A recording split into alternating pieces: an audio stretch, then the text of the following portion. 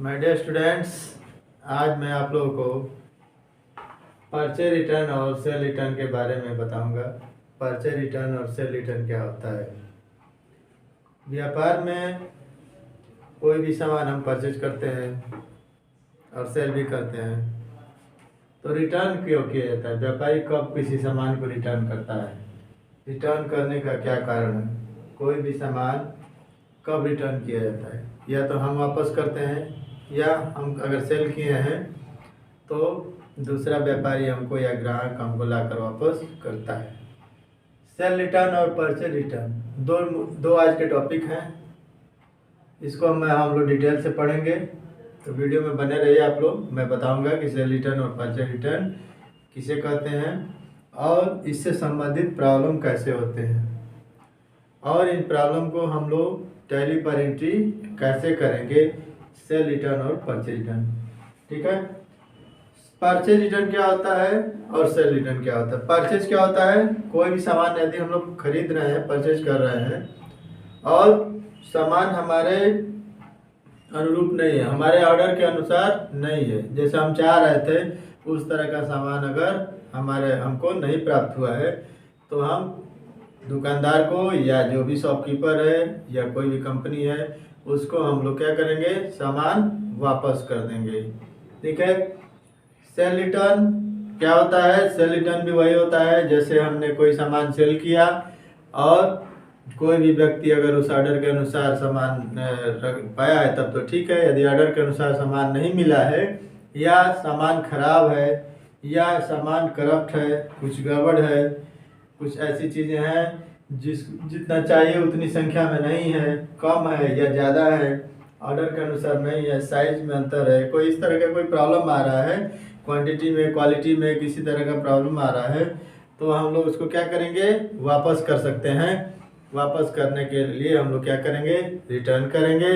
उसके लिए हम लोग यदि कोई सामान खरीदा हुआ सामान अगर हम लोग वापस कर रहे हैं, हमने परचेज किया है तो उसको परचेज रिटर्न कहते हैं। और यदि हमने सामान सेल किया है और ग्राहक हमारा सामान वापस कर रहा है तो उसको सेल रिटर्न किए कहते हैं, ठीक है। परचेज का मतलब सामान खरीदना और परचेज रिटर्न का मतलब खरीदे हुए सामान की अगर हमको उस तरह की उपेक्षा नहीं है, अगर गलत है, गड़बड़ है, ऑर्डर के अनुसार नहीं है तो हम उसको वापस कर सकते हैं। और सेल रिटर्न क्या होता है, सेल क्या होता है, सामान को बेचना, और यदि हम जिसको बेच रहे हैं वो सामान ले गया है और उसके अनुसार नहीं है प्रोडक्ट, अगर उस प्रोडक्ट में कोई प्रॉब्लम है या जो वो चाह रहा है वो प्रोडक्ट नहीं है, अलग तरह का प्रोडक्ट है, कोई दूसरा नंबर चला गया है, ज़्यादा संख्या में चला गया है, गलती से चला गया है, तब जाकर हम उसको क्या कर सकते हैं, वापस कर सकते हैं। इसको कहते हैं सेल रिटर्न और परचेज रिटर्न। अब इससे संबंधित अगर कोई प्रॉब्लम आए तब हम उसको कैसे करेंगे, इसके लिए हमको एग्जाम्पल के रूप में कुछ क्वेश्चन आपको बताने पड़ेंगे, तभी जाकर आप उसको समझेंगे कि सेल रिटर्न क्या होता है और परचेज रिटर्न क्या होता है। सबसे पहले हम लोग कोई सामान परचेज करते हैं तो उसके लिए एक प्रॉब्लम हम लिख रहे हैं यहाँ पर, goods purchase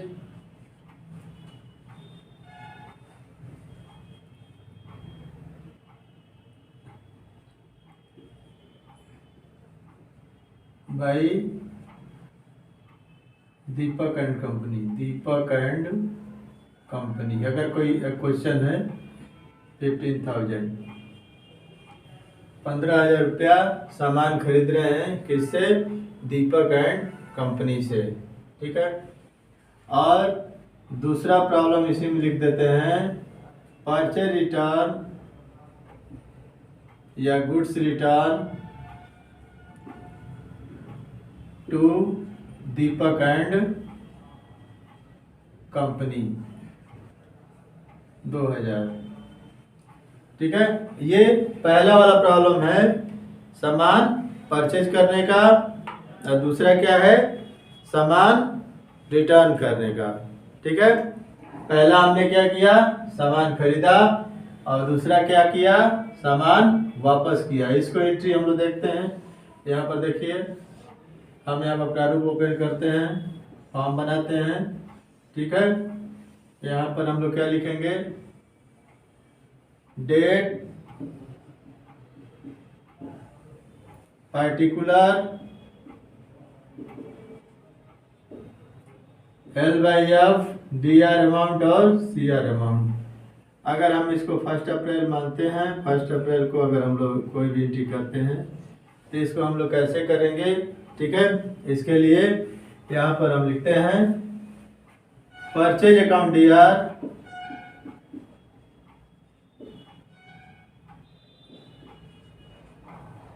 15,000 debit to Deepak and company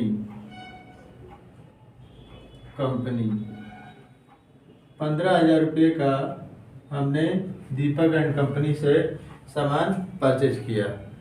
15,000 rupees का हमने सामान परचेज किया। पहला प्रॉब्लम आप लोग कर लेंगे। दूसरा प्रॉब्लम क्या है, अगर हमने 2 अप्रैल इसको कर दिया, मान लीजिए कि सामान हम नहीं समझ पाए, दूसरे दिन हम समझे गए कि दीपक भाई ये सामान अपना ले लो, क्योंकि यह सामान हमारा ऑर्डर के अनुसार नहीं प्राप्त हो पाया है। पूरा का पूरा सामान तो आदमी नहीं वापस करता है, कुछ सामान वापस कर सकता है, कुछ जो भी गड़बड़ है, थोड़ा बहुत सामान अगर पूरा गड़बड़ है तो पूरा वापस करना पड़ेगा। लेकिन अगर थोड़े अमाउंट का है प्रॉब्लम तो उसको हम लोग क्या करेंगे, रिटर्न करेंगे। इसके लिए हम क्या करेंगे, परचेज अकाउंट, यानी यहाँ परचेज रिटर्न है, यहाँ पर क्या है परचेज। अब यहाँ पर परचेज क्या है, डेबिट है, और कंपनी जिसको हम लोग जिससे परचेज किए हैं वो क्रेडिट है। अब जब हम रिटर्न करेंगे तो दीपक एंड कंपनी क्या हो जाएगा, अगर हमारा 2,000 रुपये से अगर इसको डेबिट करना पड़ेगा, यानी 2,000 का सामान दीपक एंड कंपनी को वापस कर दिया गया।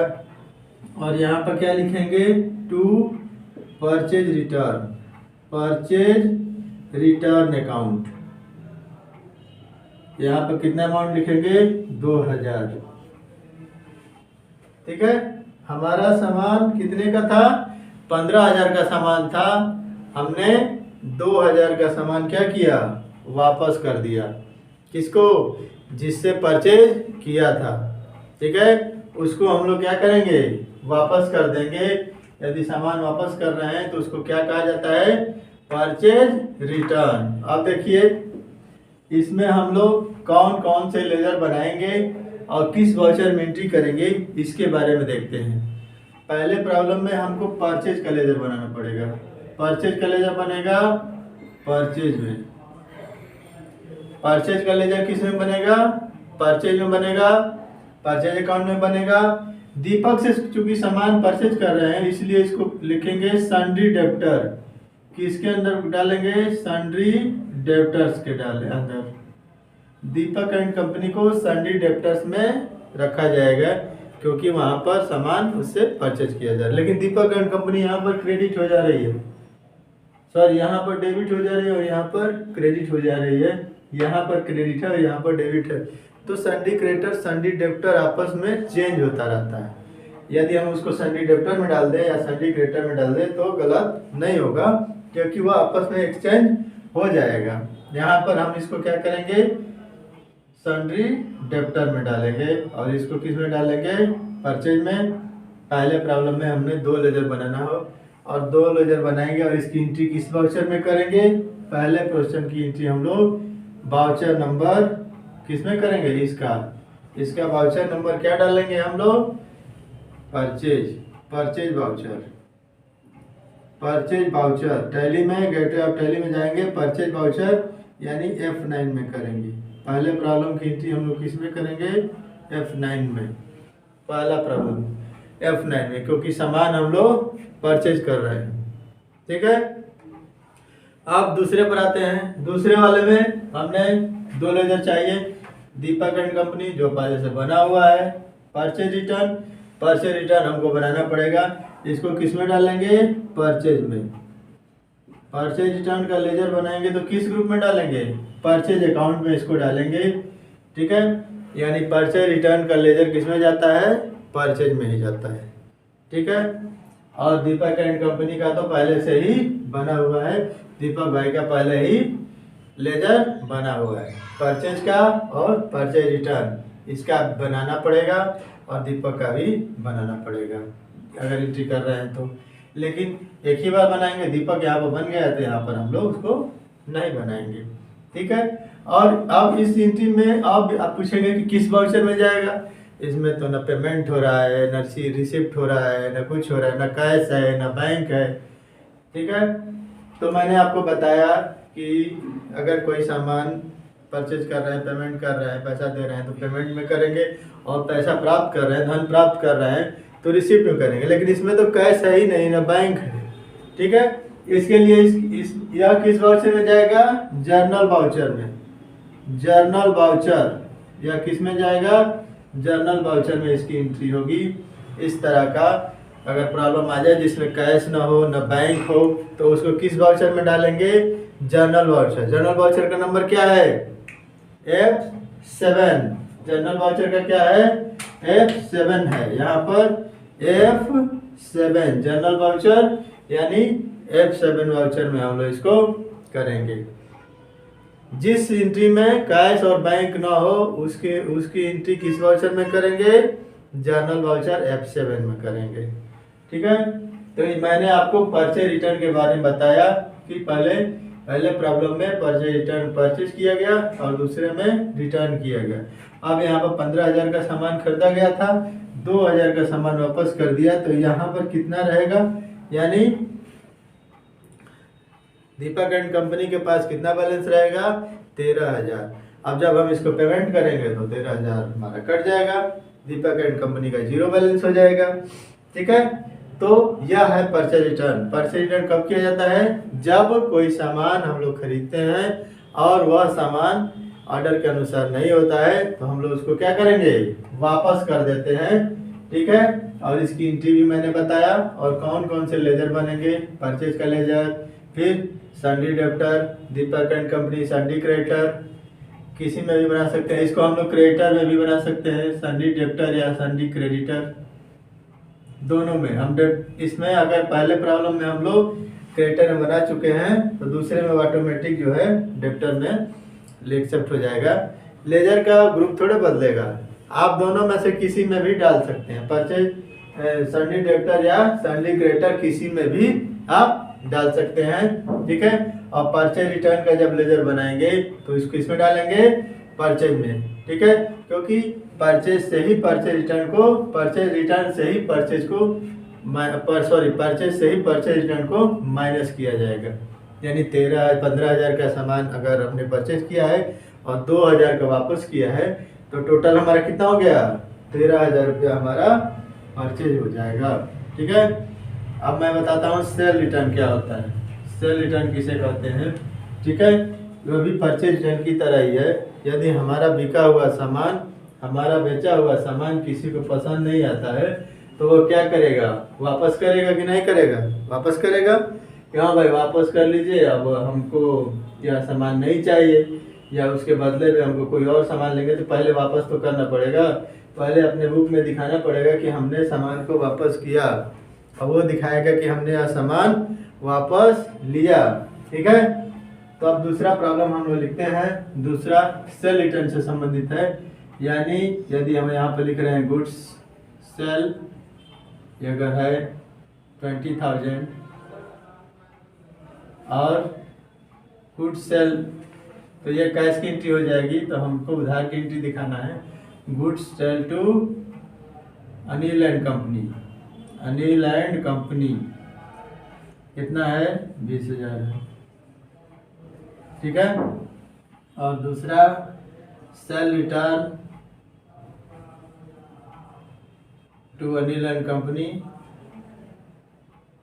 सेल रिटर्न फ्रॉम, हमने अनिल एंड कंपनी को सामान बेचा है और अनिल एंड कंपनी से सामान आ रहा है। Cell return from Anil and company कितना हो गया? 3,000। अगर किसी कंपनी को, अनिल एंड कंपनी को हम लोग 20,000 का सामान बेच रहे हैं और उस कंपनी से हमको 3,000 का सामान वापस आ रहा है तो हम लोग उसकी एंट्री कैसे करेंगे? सेल रिटर्न की एंट्री कैसे करेंगे? इसके लिए मैं फिर से प्रारूप खींच रहा हूँ, आपको बार बार खींच रहा हूँ, इस तरह बता रहा हूँ ताकि आप लोग इसको समझना सीख ले, लिखना सीख ले। बस लिखने के बाद इसको कोई मतलब नहीं रहेगा, जब इसको बार बार करना नहीं पड़ेगा, आप तो समझ जाएंगे कि कैसे हम लोग एंट्री करेंगे। टैली में डायरेक्ट भी कर सकते हैं। यहाँ पर डेट है, यहाँ पर पार्टिकुलर, इसके बाद यहाँ पर L/F, इसके बाद DR और CR। यहाँ पर अगर 1 अप्रैल लिखते हैं 2022, यहाँ पर गुड्स सेल तो अनिल एंड कंपनी सामान बेच रहे हैं, सेल हमेशा क्रेडिट होता है, इसलिए यहाँ पर अनिल एंड कंपनी को क्या करेंगे, डेबिट करेंगे। कितने से? 20,000 से, ठीक है। और टू सेल, सेल को क्या करेंगे, क्रेडिट करेंगे 20,000, ठीक है। 20,000 का सामान हमने अनिल एंड कंपनी को बेच दिया, ठीक है। अब अनिल एंड कंपनी से सेल रिटर्न हो रहा है कितना, 3,000 रुपये का सेल रिटर्न हो रहा है। तो 2 अप्रैल को हम यहाँ पर 2 अप्रैल को सेल रिटर्न की एंट्री करेंगे, ठीक है। सेल रिटर्न क्या होगा, डेबिट हो जाएगा, क्योंकि सेल हमारा क्या हो रहा है, क्रेडिट है। सेल अगर क्रेडिट है तो सेल रिटर्न डेबिट। सेल हमेशा क्रेडिट रहता है, किसी भी परिस्थिति में सेल जो है डेबिट नहीं होता है, ठीक है। तो यहाँ पर हम लोग क्या लिखेंगे, सेल रिटर्न